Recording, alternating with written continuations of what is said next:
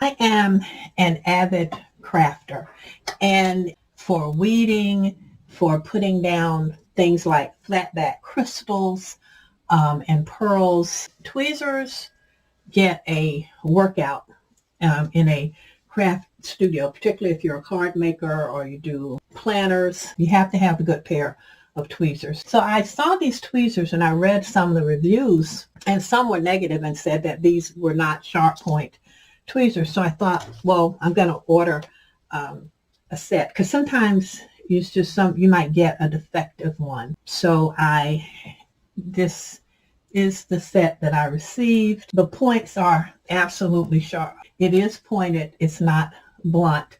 I looked at it under the microscope. Under my microscope, they were sharp.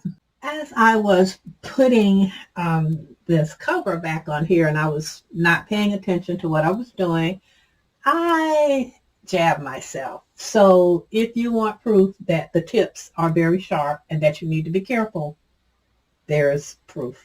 And hold on to your safety cover, and always return your safety cover, and always pay attention when you recap. These tips are not smooth, but I didn't expect them to be smooth. And they have a little bit of a texture feel if you rub across here and here. I guess it depends on what you're using your tweezers for, that it makes a difference whether this is a smooth or a textured surface.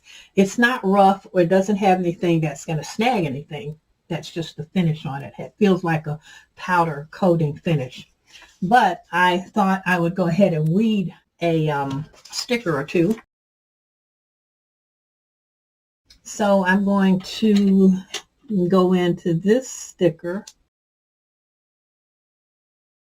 All right, so that comes up. That works. And let's do another one. And over here,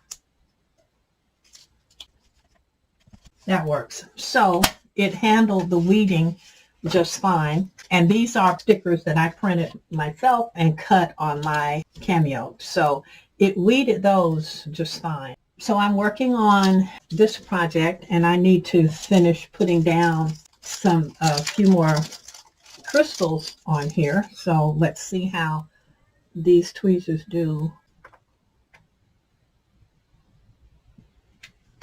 Okay, so it seems to pick up the flatback crystals just fine. So these particular tweezers were specifically designed for melting beads, but they still work for other projects.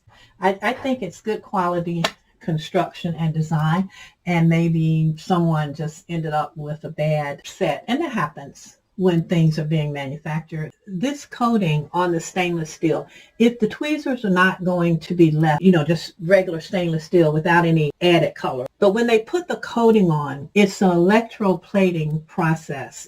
Some electroplating uses a powder spray finish. It's sort of like in crafting when you do heat embossing. Well, that's what they do with tweezers. They don't want the tips to be covered. So obviously they have a process. And you're going to feel that little edge right there where the two colors come together. So that's there on these tweezers. But I can also feel it on these tweezers. I mean, there is going to be a line of demarcation where the electrostatic coating ends. None of this impacts the function of tweezers. The tweezers are going to read your labels regardless.